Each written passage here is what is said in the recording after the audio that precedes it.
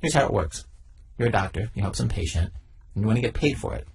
So you have to choose a code that describes what you did to put on the insurance form. And it's an arcane language of its own with tens of thousands of codes. And just to make things more confusing, every insurance company interprets the codes differently. So even a simple procedure, the simplest procedure, giving somebody a shot, can become fantastically complex if you want to be reimbursed for it by insurance. Take the new swine flu vaccine.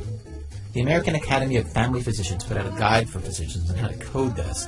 Cigna uses the new G9141 code, but Aetna wants you to use codes that indicate the age of the patient. 90465 to 68 for kids, 90471 to 74 for adults. The vaccine itself is free, but United Healthcare wants you to say it costs 1 cent because its computers won't recognize the zero. And if you're giving somebody the swine flu shot at the same time as the regular flu shot, well, then you do a 90470 plus the other codes. Though if you use the 90470, you shouldn't use any codes written since the 2010 code book came out. Lost yet? There are things daily that are hard to code. I mean, people, when they come into your office, they come in with, my arms feel weak. Well, there is no code for that. Rob Lamberts is a doctor in suburban Georgia. He also writes a blog called Musings of a Distractible Mind. I mean, when you think about it, we have 4 physicians in our practice and 2 mid-levels, and we have, I think, 4 full-time billing staff, to help us figure out this whole process. Mm-hmm. Well, that's a lot of percent of money of our practice that's going towards just making sure our billing is working well. And, I suppose it helps the recession to have this complexity because it hires more people to do coding. It's a growing part of the economy. Yeah, unfortunately. This is no joke. There are schools to teach you medical coding. There are conferences or seminars have titles like Keep Your 99214 and 99215 use on the up and up. The American Association of Professional Coders, and yes, there is such a thing, says there are now 200,000 medical coders in the United States. And the Bureau of Labor Statistics says these jobs are on the rise. They're going to rise 18% in a decade, quote, faster than the average for all occupations. Dr. Lamberts estimates that he and his partners spend 20 to 25% of their revenue on the billing department and on codes that don't go through. When they send in a wrong code, write 401 instead of 401.0, or leave out a modifier, or don't realize that they've changed the codes, the insurance company doesn't pay. He points out that you and I are paying for these armies of coders who work for doctors and hospitals on one side and insurance companies on the other. All this money spent that doesn't make anybody healthier. And, by the way, it doesn't go to doctors. What I'm being paid per visit has not really changed. If anything, it's dropped a little bit. Well, today on our program, we bring you the second of 2 hours that we're doing on healthcare in America. The first was last week. Today, we look at the crazy Rube Goldberg system that we have for insurance in this country, where there's a code for an injury involving spacecraft, E845, but not one for weak arms. We look at how our insurance system affects everything else in our healthcare system. From WBEZ Chicago, it's This American Life, distributed by Public Radio International. I'm Ira Glass. Our show today in 4 acts. We guarantee you the most entertaining hour you're ever going to hear on the insurance industry. Stay with us.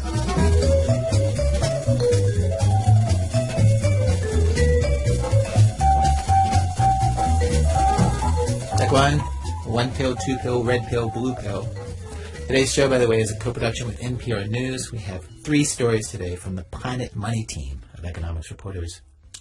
One thing that makes our insurance system so hard to understand is that so much of it is invisible to us. We get these insurance statements that are nearly incomprehensible with those insurance codes and prices that make no sense, and some things get covered and some don't. As President Obama has put it, if we knew more about our healthcare choices, we'd choose better. If there's a blue pill and a red pill, and the blue pill is half the price of the red pill and works just as well, why not pay half price? Thing is, the fight over red pills and blue pills is decades old. It's one of those things that our insurance companies are deeply involved in that we are barely aware of. Planet Money reporter Chana Jaffe-Walt tells more. Ted Sarah is in the middle of a war. It's been going on for many years and involves billions of dollars. A lot of us are in this war. And like Ted, we don't even know it. He stumbled onto the battlefield because he's got pimples. Pimples and a card. It is called the Solodin Patient Access Card. What's it look like? And it looks like a little credit card. It's white and blue. And the Solodin Patient Access Card is just the latest weapon in this war. It's an arms race, really. that's been escalating for decades. There have been moves and countermoves before. This war, it is a war over drug copayments. You don't, say, run an insurance company, you probably hate copays. They're a way to make you pay for your drugs at the pharmacy, even though you're insured, which seems kind of evil, right?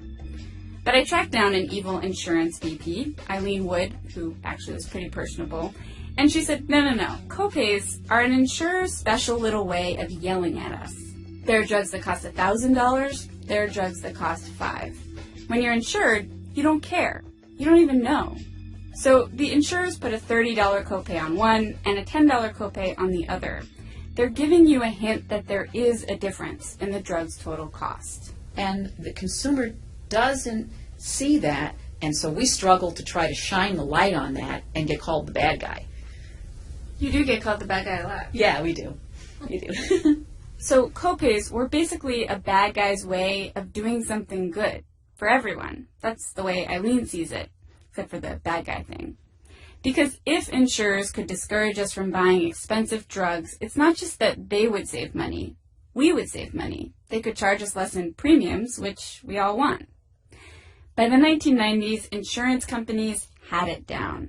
Copays were working really well. The insurers felt like they were winning the war, which was pretty gratifying to people like Eileen Wood. She had watched for years as drug companies came out with slightly tweaked versions of existing generics and sold them for 10 times the cost. Our doctors told us there was a drug to help us. We went out and got it, brand name, generic, whatever. And no one cared. No one cared because no one saw it. No one but Eileen. Let's look at Capodex, because, oh, that's this one. I love this one. That's the Minocin, but this company. This is... Eileen works in a tidy office park in Albany, New York, for an insurance company called Capital Districts Physicians Health Plan, CDPHP. And in her file cabinets, she's got plastic, zipped-up pouches of her least favorite brand name drugs. She collects them. Minocin, that one she's talking about, there's a generic version that costs about $50 a month. Minocin Pack, which Eileen is now waving in my face, is a newer brand name drug. It costs $668. So what's different?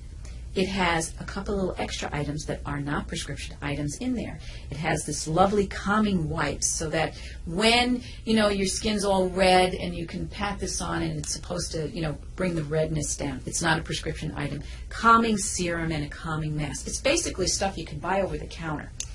But behind the scenes, it's $668. Yeah. And the only difference in this is that it has wipes? It has these. That's it. That's the only difference. You could probably buy them for $10.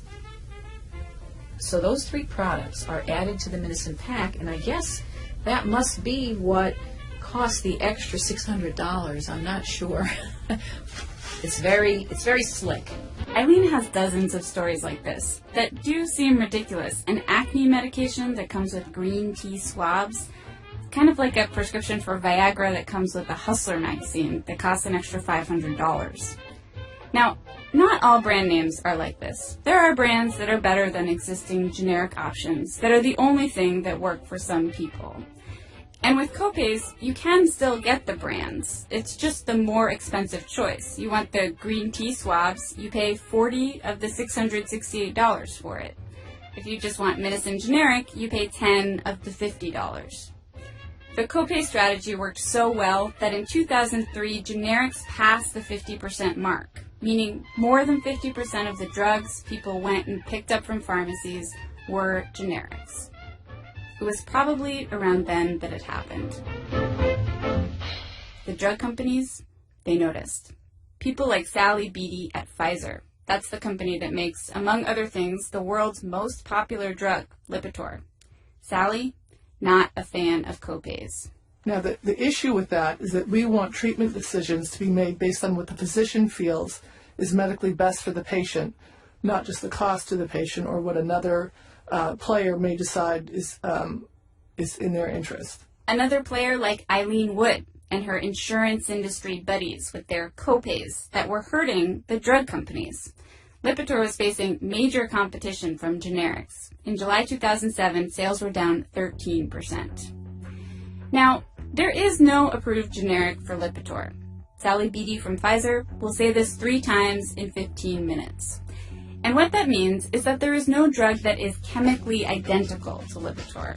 But there are generic drugs in the same class of cholesterol-reducing drugs. That's what Lipitor does, reduce cholesterol. And those generics are effective for most people. But there are some people who respond better to Lipitor. And for some of those patients, a $40 copay stops them from getting the medication. And so, in 2007, the pharmaceutical industry marshaled its counterattack. That mysterious card you heard at the beginning of the story, their central weapon. Coupons. A whole bunch of coupons. Okay, so I've always sort of had a little bit of acne. Enter Ted Sarah, the paralegal with the card and the pimples. Pimples that, just a few months ago, were in need of drugs. Yeah, it comes and goes, and it generally, when I'm sort of going through more periods of stress, either at work or, just as a course of life, it sort of gets worse. Ted walked into the doctor's office. She poked at him with gloved hands and told him, okay, we're going to put you on a couple topical creams and some antibiotics, a drug called Solidyne. Ted was tentative, but he mentioned he'd been on a generic before, worked pretty well, called minocycline. And the doc said, yeah, that's great. Basically, that's the same as Solidyne, but Solidyne is time release.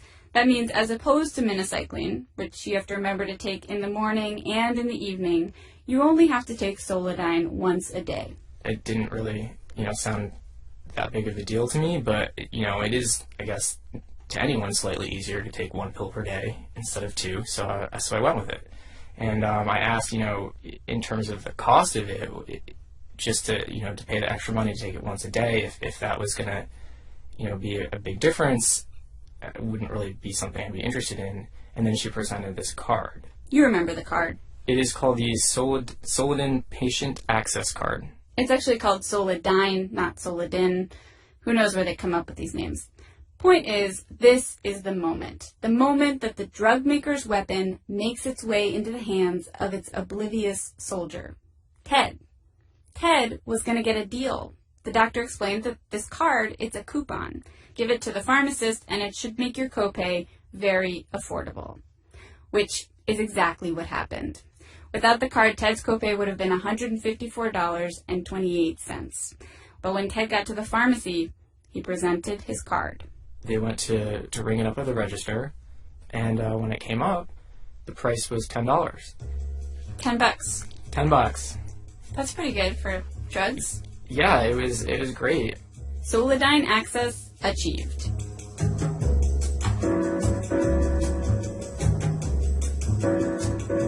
Ted's insurance company was then charged $655 a month for Ted's once-a-day Solidyne. For reasons too complicated to go into here, they only paid $514. Minocycline, the one that you have to take twice a day, costs $109 a month. Total, $514, $109. Ted never saw those numbers. So you think, okay, well, Ted used the coupon because he didn't really know any better. He thought he was getting a deal. Who wouldn't go for that, right? But the doctor, what was up with the doctor handing out these cards? Luckily, Dr. Elena Albritton was generous enough to answer some questions. Do you know the price difference between those two drugs? I don't. Like Ted and the majority of Americans, Dr. Albritton has no idea what drugs actually cost. Not because she's lazy, but because these numbers are really hard to find out. The insurance companies, they all individually negotiate with drug companies, and they each pay a slightly different amount. So no, Dr. Albritton is not thinking about prices when prescribing. She's thinking, what is the best thing available for this patient? Solidyne is better. It's easier to take a pill once a day instead of twice. It's easier for Dr. Albritton to get the dosage just right.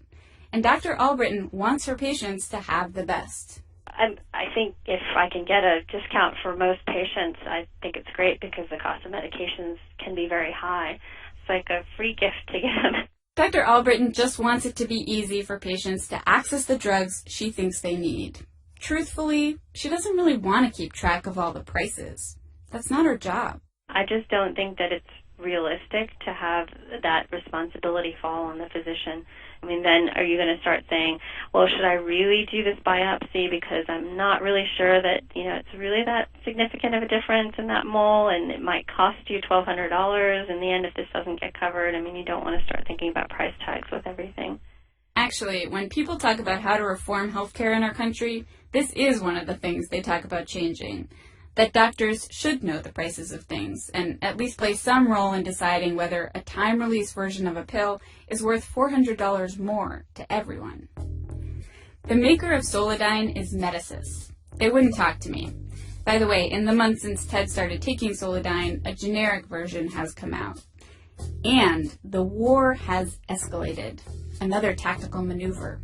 Drug makers used to just give cards to doctors. Now, they distribute them to patients too. The pharmaceuticals did not announce their counterattack to insurers. Eileen Wood at CDPHP, she had to figure it out by putting much of her staff on a hunt, reporting back to her on what cards are out there, who put them out, and how people are getting them. Because they're like everywhere.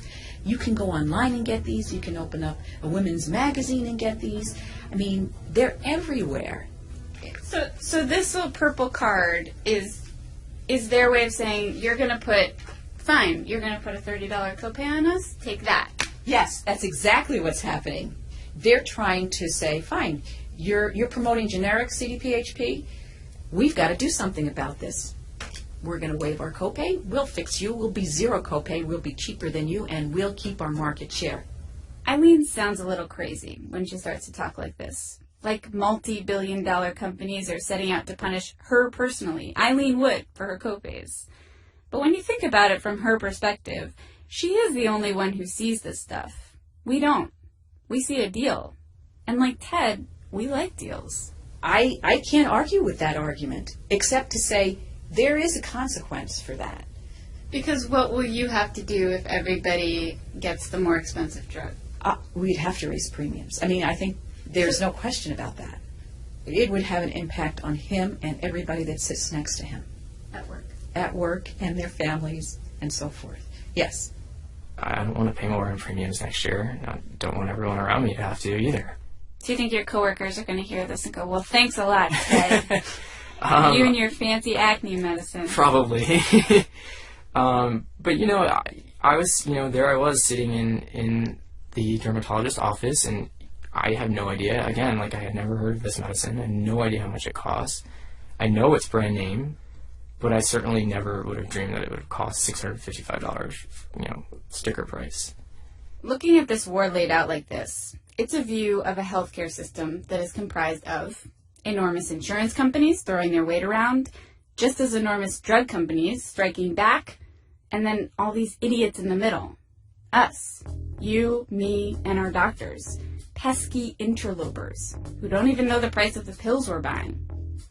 President Obama wants us to choose the blue pill and not the red pill, because the blue is just as effective but half the price. But with these cards, which one is the blue one? We have no idea.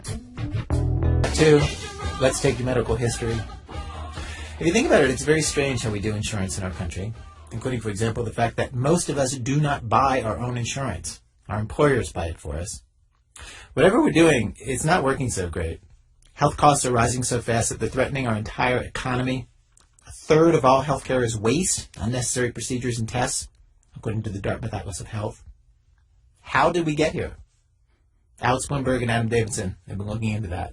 The more you study the roots of our modern healthcare system, the more you realize that nobody ever planned for it to be this way.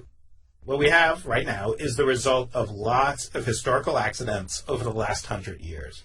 So let's start at the beginning, at the turn of the last century, and get a sense of what healthcare looked like, let's say, circa 1900.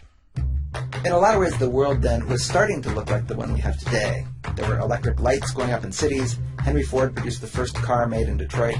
The Boston Marathon was already 4 years old. But healthcare was still basically stuck in the Middle Ages. Some doctors in the U.S. were still using leeches and bleeding people.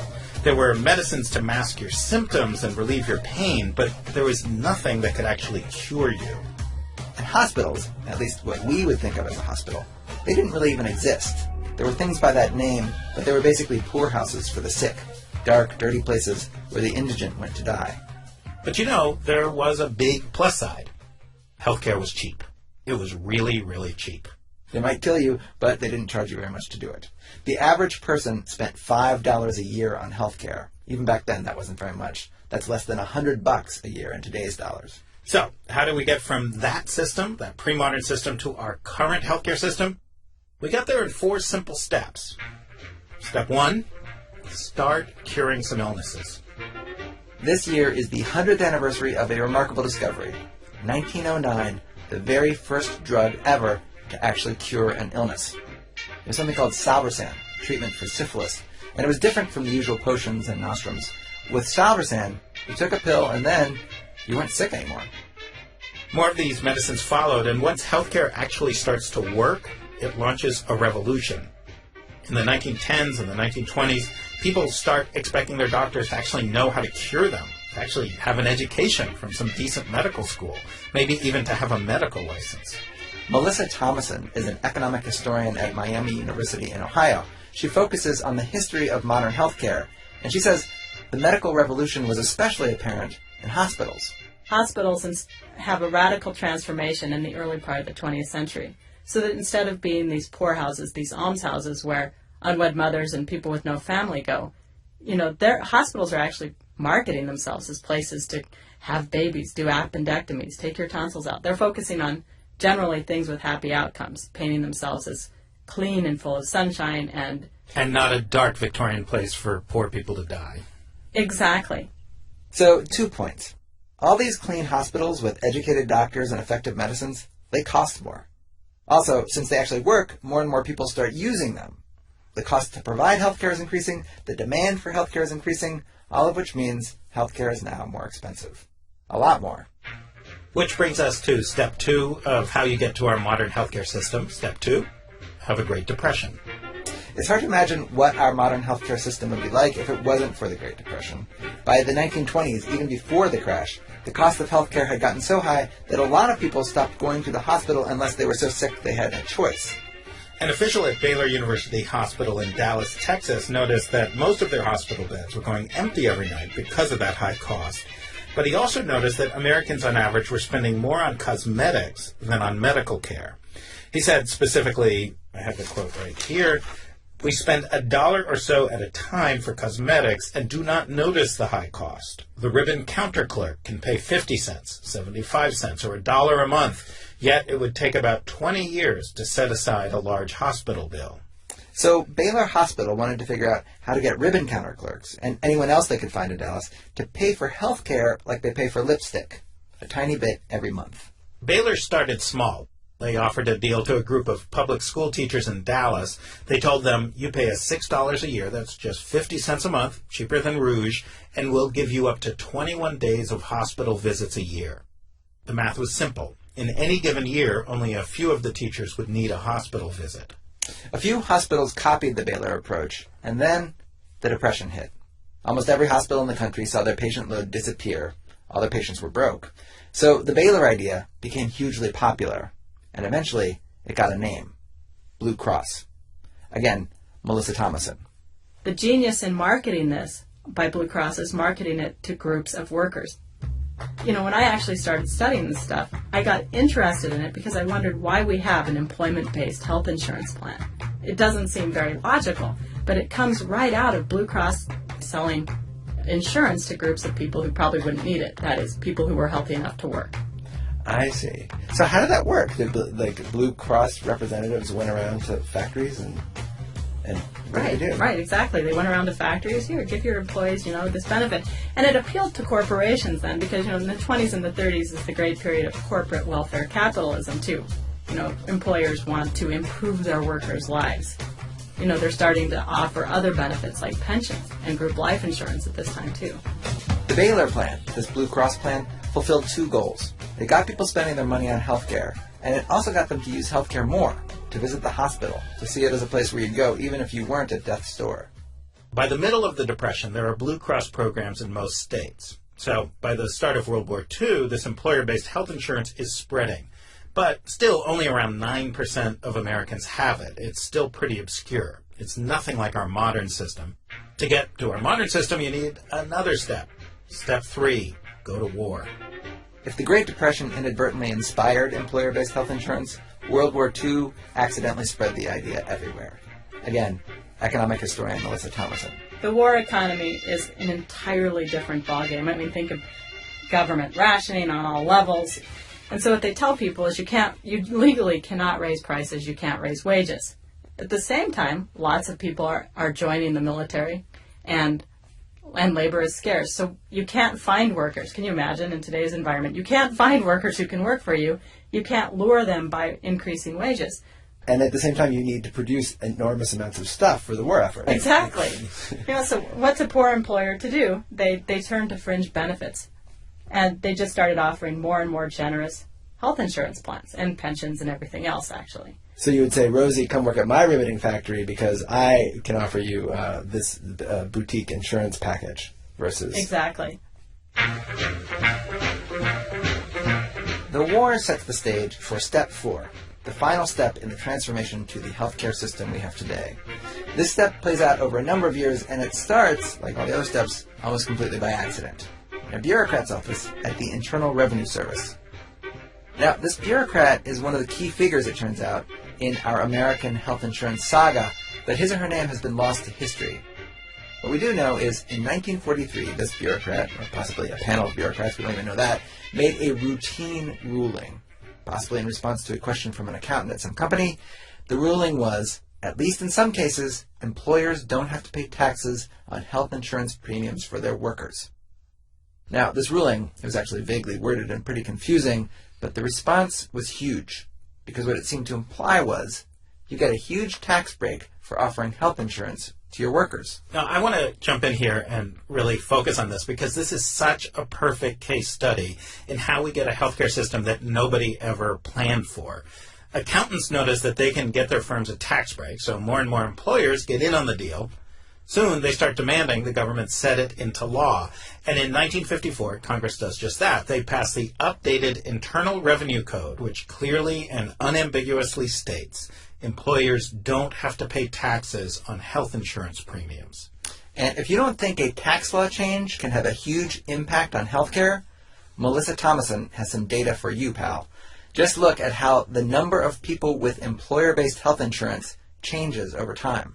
You start from 9% of the population in 1940 to 63% of the population in 1953. I mean, everybody starts getting in on it. It just grows like gangbusters. And by the 1960s, roughly 70% of the population is covered by some kind of private, what the AMA would say, voluntary health insurance plan. So employer-based health insurance, which only started because Baylor University was able to sell to teachers in Texas, and which spread because of government price controls and tax breaks, that became our system. Employer-based insurance is a horrible system. I mean, why would you want your employer buying your health insurance? Why on earth would you want your employer buying your groceries? You certainly wouldn't want that. Just imagine it. Your employer has a contract with a grocery store. You go in, you pay your $20 copay, then you get to take whatever you want.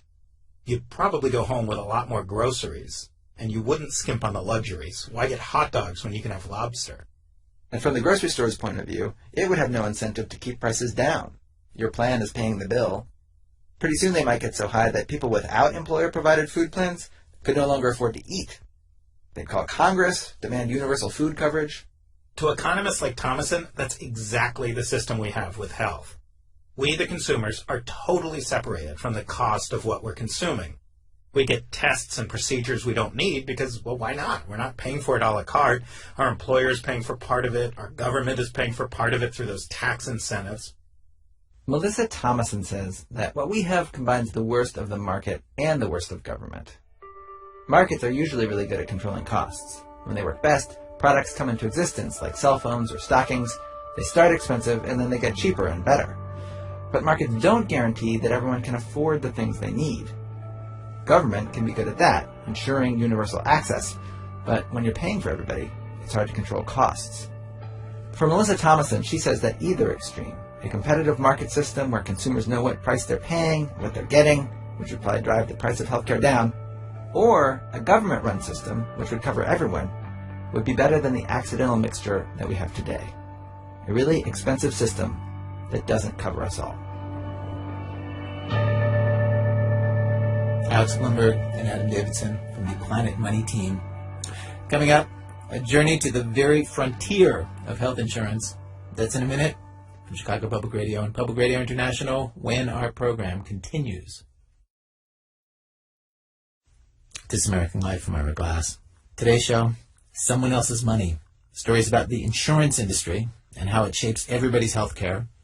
This is the second of two programs that we're doing explaining healthcare in America. Both are co-productions with NPR News. If you missed last week's show, you can hear it on the internet for free. We've arrived at Act 3 of our program. Act 3, insurance? Ruh-roh. We have a story for you now about the newest frontier for health insurance, a place where it's just starting out. There, you can hear it right there. There it is. Here's Dave Kessenbaum from the NPR Planet Money team. If you can't tell from all the beeps, this is an operating room. On the table, one of the millions of this country's uninsured. The patient lies motionless, connected by tubes and wires to various machines. The surgeon is about to make a cut just below the knee. The operation this patient's having done is one I've had done, or close to it. We both tore the anterior cruciate ligament that holds the knee together. Actually, I've had 2 operations, both knees, and this is his second also. There's one big difference, though. He's a dog. The bill for this surgery, about $3,500 per knee. Looking around this veterinary hospital, you realize pet healthcare, more and more, is looking a lot like human healthcare. This is Chesapeake Veterinary Surgical Specialists in Annapolis, Maryland. In the next room, a Weimaraner has been knocked out and is being prepped for surgery. Actually, he's being vacuumed. It turns out, when a dog is unconscious, you can vacuum him. Down the hall, dogs with cancer are getting chemotherapy. The knee surgeon, Dr. Darren Roa, says not long ago, places like this just did not exist. The numbers of surgeons and internists and cardiologists and large mega practices like this across the country has gotten astronomical. I mean, 25 years ago, you couldn't find a surgeon but at a university, and then if you were lucky. And now there's thousands of them. And so pet healthcare is now crossing a magic threshold, one human healthcare crossed long ago. It's getting good, and it's getting expensive. Expensive enough that people start thinking, wouldn't it be nice if someone else paid for this? Wouldn't it be nice to have insurance? Only a handful of pet owners that come here have pet insurance. Nationwide, it's a few percent or so. But the business is growing rapidly, at a pace of 15 or 20% a year. And you wonder if pet healthcare is about to import one of the major problems with human healthcare. My name is Dennis Drent, and I'm the president and CEO of Veterinary Pet Insurance Company. And you're the largest pet insurance company in the United States, right? We are, yes. By a lot. By a lot. Yeah. Knock wood. We stay that way. Veterinary Pet Insurance, VPI, is a subsidiary of Nationwide Insurance, and Dennis Drent comes from the car insurance, house insurance world. Do you have a pet? I have 2. I have 2 miniature dachshunds. They're 10 years old, Willie and Charlie. And are they insured? Absolutely. And I'll tell you why. We the veterinarians have something called stop treatment, which is a concept where they actually measure how much will somebody spend, on medical procedures until they'll say it's too much and we're just going to put the pet down. And so I was talking with my wife one night, saying, okay, Susan, what, how much would you spend? What's your stop treatment point? And we got to $10,000, and she wasn't even close to stopping treatment. And I know, being in this business now, that you can run out bills over $10,000 pretty easily. So at that point, our dogs have been insured ever since. Let's just back up there. That idea of stop treatment level, how much would you pay to save your cat or your dog? That is the hardest question you can ask a pet owner. But let's face it, most people have a number. And it's a number that the industry measures. In 1997, it was $576. In 2007, just 10 years later, it more than doubled to $1,451. Insurance for a dog per month is something like $35. Dennis Drent sees pet insurance as a win-win. Actually, a win-win-win. Pets' lives get saved, the insurance company makes a little money, and the vets also make more money. But that win-win-win in the human healthcare world, it creates big problems. Doctors feel free to order more tests, and patients don't care because they're not paying the bill. Everyone is so busy winning, the system wastes money. I found a report that was refreshingly blunt about the money that veterinarians can make from all this. It was put together by the National Commission on Veterinary Economic Affairs. It's hard to imagine the American Medical Association putting out something like this for doctors. The report says on page 4 that with pet insurance, clients, quote, likely will use your services even more often and opt for more advanced medical procedures. It points out that insurance can reduce, quote, price resistance on the part of the client. Quote, with cost concerns removed, clients become more engaged and more responsive. I read that part of the report to Dennis Drent, who said, yeah, that's right. Historically, veterinarians, haven't made as much money as, for example, doctors, and so we're trying to help them understand that through insurance they can make more money, and by making more money, they can afford better procedures, better equipment, and provide better care for the animals. So again, I keep getting back to this win-win all around. Ready for me to go?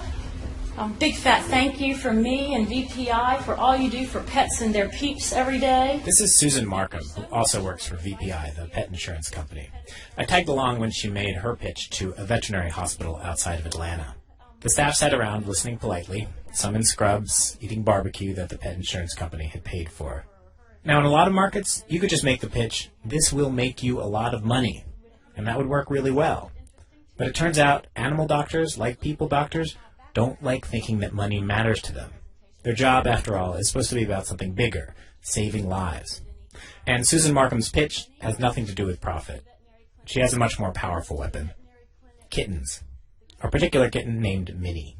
A young mother and her 8-year-old son brought Minnie in. He was crying. He'd stepped on Minnie's leg and it was fractured. And Dr. McCarthy said, good news, she'll go home with you tomorrow. You won't notice that anything has happened to her 6 months from now. She'll heal up and be just fine. But sadly, that young mother declined that treatment. Who can tell me why she might have done that? The story has a bad ending. The owner felt she couldn't afford to get Minnie's leg fixed, and overnight, she took Minnie to be euthanized. So Minnie's mom spent much more to have a very upset family and son and a dead kitten than she would have had she had pet insurance, and she would have had a well kitten. Veterinarians are animal people. And one thing they hate, possibly more than anything else, is having to kill an animal they can fix. Which, of course, is the upside to insurance. It saves lives. Veterinarians have been wary of pet insurance, though. They're afraid it will become more like human health care. In particular, they're afraid of 3 letters, HMO, managed care. They don't want an insurance company telling them how to practice medicine. But these kinds of presentations do seem to work. So I've got these for you. Susan leaves a pile of pet insurance brochures and giveaway pens on the table. And prizes. And I'm going to leave you another one in case you want that to be in reception, or if you want Win, win, win. So if you're trying to decide how you feel about this whole thing, whether insurance is distorting pet health care, sending us into a world where lots of dogs will be getting $7,000 knee surgeries, or whether it's meeting a need, or both, I think it's time to meet someone who actually has pet insurance. We first noticed that something was up with Harriet in March. This is Kristen Zorbini Bongard. She lives in Janesville, Wisconsin. I was sort of doing some snuggle time with Harriet and noticed that she had a lump. Before we go any further into the surgeries and the tests, I have to tell you that Harriet is a hedgehog with health insurance. If that seems crazy to you, you do not know Kristen, and you do not know hedgehogs. One of the many great things about hedgehogs, she says, is that they can roll up into little balls. It's adorable. It's a very wonderful thing to see. You know, when you turn them over on their backs, all of a sudden all you see is quills. And it's a wonderful defense mechanism, and that's what it is. But then all of a sudden you see, you know, a nose pop out, and 2 eyes, and maybe the front 2 paws, and then some ears. And it's a very cute thing to watch.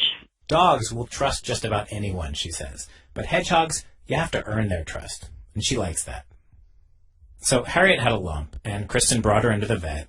A test showed the lump was cancerous. The vet, she says, told her this in a calm, factual way. And Kristen scheduled a date for surgery. The anesthesia that they give is a gas anesthesia. They put a little mask over the nose? Usually what they do is they put a giant mask over the entire hedgehog. I see. Yeah, it's rather funny to watch.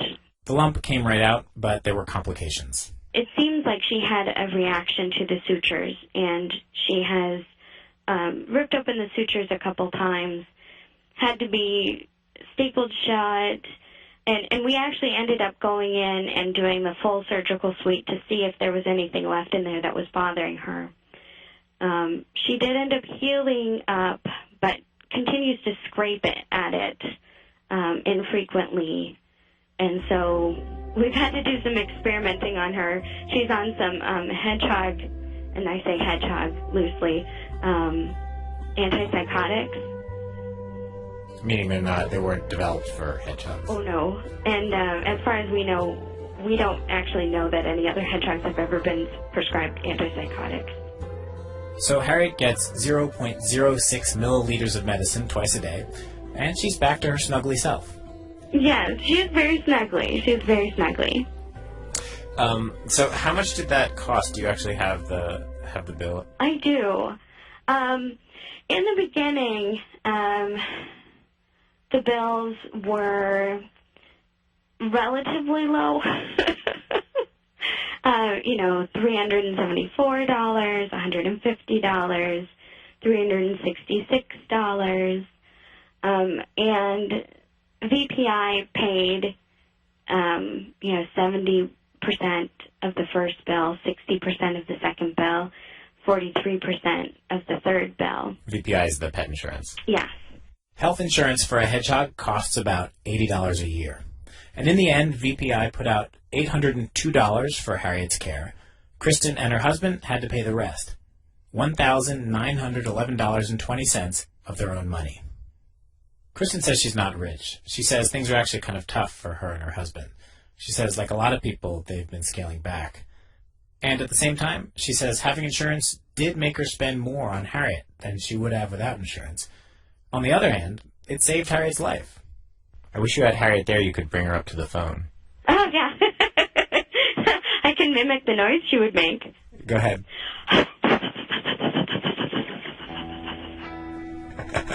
That's pretty much it.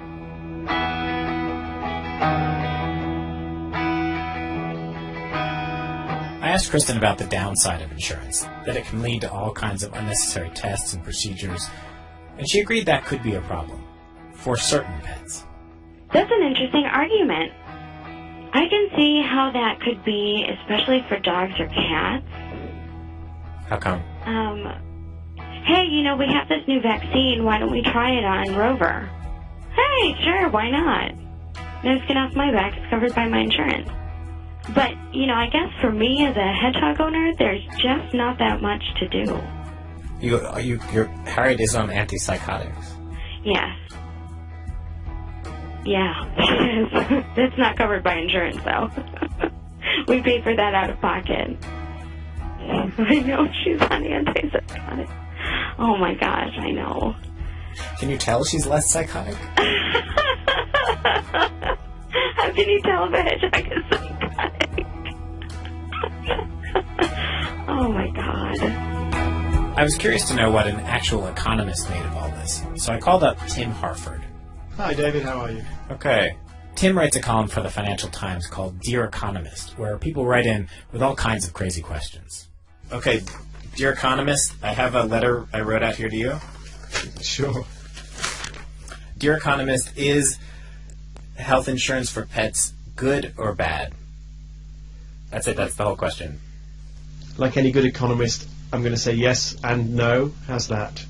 Harford was a little shocked by the whole hedgehog thing. He's not an animal lover. He says his parents' cats used to spray his books. But when I explained how pet insurance worked, he actually got excited.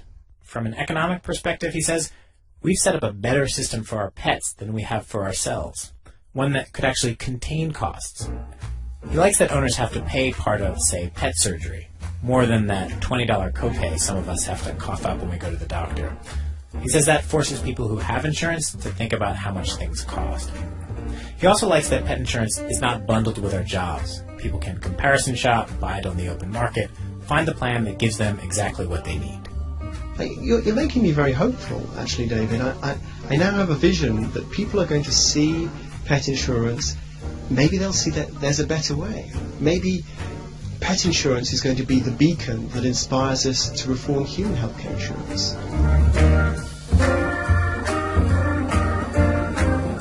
The real downside, he says, is that pet insurance, human health insurance, they're all insurance. And insurance fundamentally is a lousy way to pay for things. It separates people from the money they're spending, which inevitably leads to us winding up with tests and drugs and procedures we don't really need, just to be safe.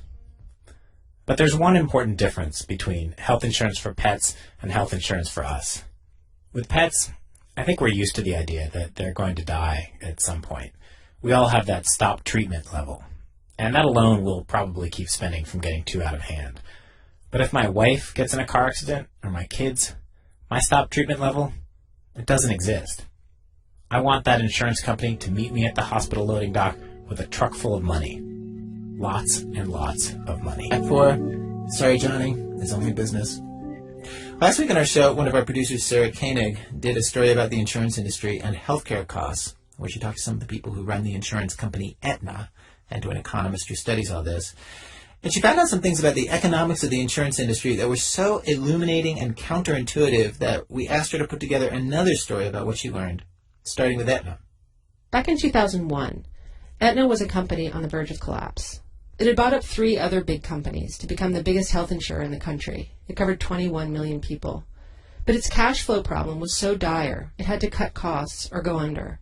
And the thing it did to stay solvent has been making the rounds of left-leaning media lately, because on its face, it's kind of shocking. Wendell Potter, a former health insurance executive for Cigna, talked about it on Bill Moyers. They shed 8 million members, 8 million policyholders, 8 million people, men, women, and children, yes. Potter quit the insurance business last year and is now spreading the word pretty effectively about all the tactics insurance companies use to avoid paying for sick people's treatment so they can boost their own profits. They intentionally had this program to purge these accounts. 8 million fewer people were enrolled in Aetna's plans. Many of them undoubtedly joined the ranks of the uninsured because their employers have been purged. So what happened to Aetna's stock? Went up.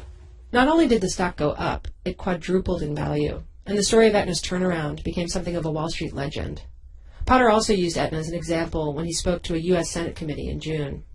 And the implication, of course, is that Aetna singled out its sickest and therefore most expensive patients and dumped them. It sounds really bad. It's the kind of story we've gotten used to hearing about insurance companies. But the truth of this story is a little more complicated, a little less Machiavellian, and tells you a lot about how the insurance industry works. If you ask Jack Rowe, the Aetna CEO who engineered the turnaround, Aetna's main problem in 2001 was that it simply wasn't charging enough for its health plans. Customers weren't paying enough in premiums to cover what Aetna was paying out for their medical claims. The entire year 2001, Aetna wound up losing $1 million a day. So his solution, or at least a big part of it, was to raise premiums on those accounts by 10, 20, 30%. In some cases, they shot up by more than 50%. Many customers who couldn't pay the increased rates dropped Aetna's insurance. And Aetna did one other thing, something he says you have to do if you're in this situation. What you do is you get out of the markets that you cannot effectively price your products in. What were those markets for you guys? Well, the most important characteristic, what did they have in common, Jack? The answer is that they were in markets in which we did not have very significant presence, so that the contracts that we had with the doctors and the hospitals were not as favorable as that of our competitors. This is the heart of how Jack Rowe explains what happened back in 2001. Contrary to what his critics allege, Jack Rowe says Aetna did not drop customers because they were sick. It dropped them because they were expensive. You're assuming that the patients are more expensive because they're sick. And the fact is the patients were more expensive because we were paying the doctors and the hospitals more for the same services than our competitors were. So Aetna simply folded in places where it was, say, 4th or 5th in the market and couldn't hack it against the bigger guys. But taking a former CEO's word for all this didn't seem wise. So I ran Jack Rowe's explanation by Uwe Reinhardt, a healthcare economist at Princeton University. when he's talking about we didn't have good contracts with hospitals, does that ring true to you? Oh, yes. The insurance market is quite fragmented, which means that in a market, unless you have a large market share, you really don't have any market power in bargaining with doctors and hospitals over prices. In other words, in a market where everyone can cut their own deal, the big insurer who brings a hospital a lot of patients, say $75,000 a year, has a lot of leverage. It can demand discounted rates from the hospital, because the hospital can't survive without those 75,000 sick people. But to cover all its costs, the hospital's overhead, the hospital has to make up for that money it's not getting from the discounted guys. So it sticks higher prices to the littler insurers, who have no leverage, because the hospital can live without their, say, 600 patients. The little guy either has to eat the higher costs or pull out of that market. This is called the cost shift in the business. And that is what happens in spades in the private insurance industry. It is a constant game of shifting costs from one payer to the other. So that's one thing. The more competitors you have in this insurance industry, the weaker each will be in bargaining with doctors and hospitals. So in the health insurance world, more competition does not necessarily equal lower prices for consumers. This is one of the many things Reinhardt told me that blew my mind, that ran counter to everything I assumed about how the free market is supposed to work. Another thing he told me was that there was a period when insurers were able to successfully bargain hospital prices down. It was in the mid-90s, when big insurance companies got a lot tougher about cutting costs and started ramming contracts down hospitals' throats, contracts hospitals found it hard to live by. So in response, hospitals and other healthcare providers beefed up and consolidated, forming these huge healthcare systems that could effectively fight back against the large insurers. And the argument was always beautifully put. The consolidation was to have more coordinated patient care. This was all just bullshine. What they really wanted is to have a powerful bloc to negotiate with the insurer. Most health economists will tell you the hospital sector probably is too consolidated, too powerful. What that means is that big insurers are less and less able to resist rate hikes demanded by big providers. Plus, the very act of negotiating all these rates with all these different hospitals is expensive. Imagine now Aetna has a huge number of people who all year long go around bargaining over prices with each hospital and doctor. And out comes a pricing system that is simply laughable. Why should, for example, in California, if you look at WellPoint as an insurer, for an appendectomy, for some hospitals, they pay them maybe $1,500. In other hospitals, they pay $13,000. Explain to me where that could possibly make any sense at all. And that is why I just say the insurance industry is congenitally weak in bargaining with the supply side of the American health sector. And the result has been that we're spending twice as much per capita on healthcare than most countries, without, however, the commensurate benefits that go with that. Now, you pick your favorite theory. A, Americans are really dumb, or B, American suppliers are unbelievably clever. This isn't at all the picture we got from President Obama's big healthcare speech in September, when he characterized the lack of competition among insurance companies as the problem. Without competition, the price of insurance goes up and quality goes down. And it makes it easier for insurance companies to treat their customers badly. That's the foundation for his argument for a public insurance option, that more competition will keep the big guys in check. An additional step we can take to keep insurance companies honest is by making a not-for-profit public option available in the insurance exchange. Has he got this picture right? I don't think he does. I wish I had a half hour with him to explain it to him. If you pit hundreds of little insurers against each other, what makes anyone think that each of them has enough market clout to bargain successfully with a hospital? So I don't think this public health plan, adding yet one more competitor, is going to bring costs down at all.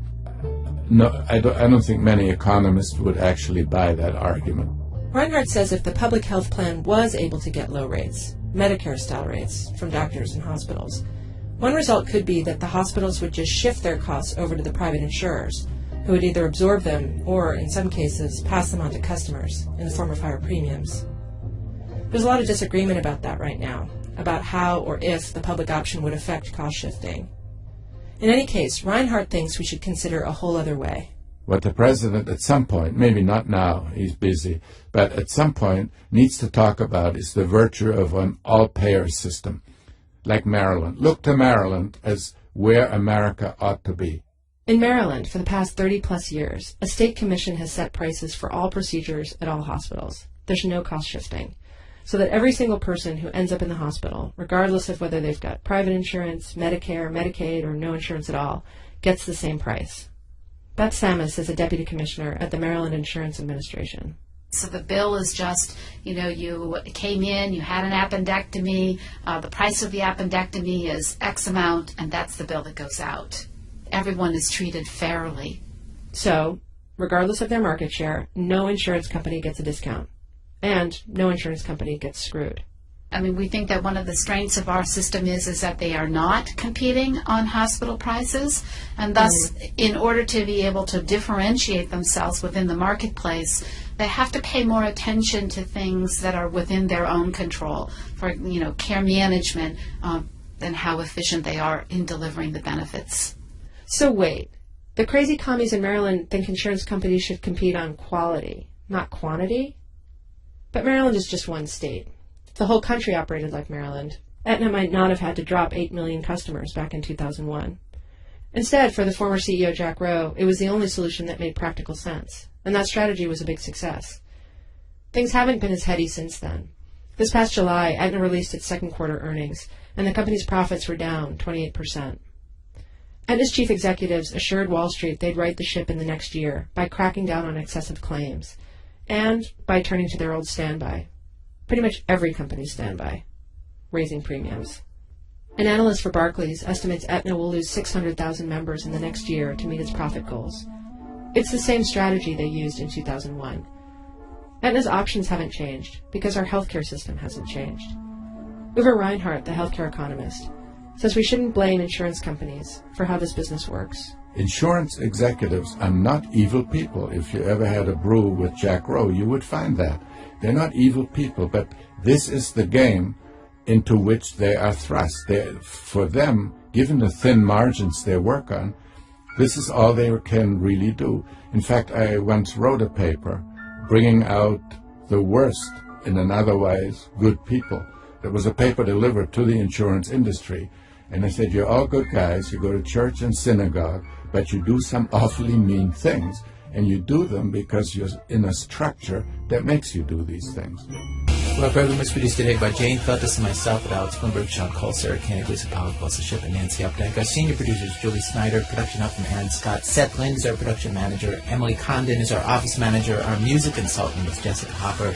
Special thanks today to the band Y, Dr. Roland Hirsch, Betsy Nicoletti, Karen Hurley, and Dr. Orlando Ruiz. Thanks to John Rockoff at the Wall Street Journal, who first wrote about those copay cards we heard about in the Hannah Jaffe Waltz story, and who helped us with her story. Planet Money is a co-production of our program and NPR News. If you like the kind of stories you heard today, you can hear jargon-free explanations just like it about what's going on in the economy and in the healthcare system. You can hear them 3 times a week on their podcast, www.npr.org/money. This American Life is distributed by Public Radio International. WBEZ management oversight for our program by our boss, Mr. Tony Malatia. When you roll him into a little ball, he makes the most adorable noise. Seriously, it sounds like this. So snuggly.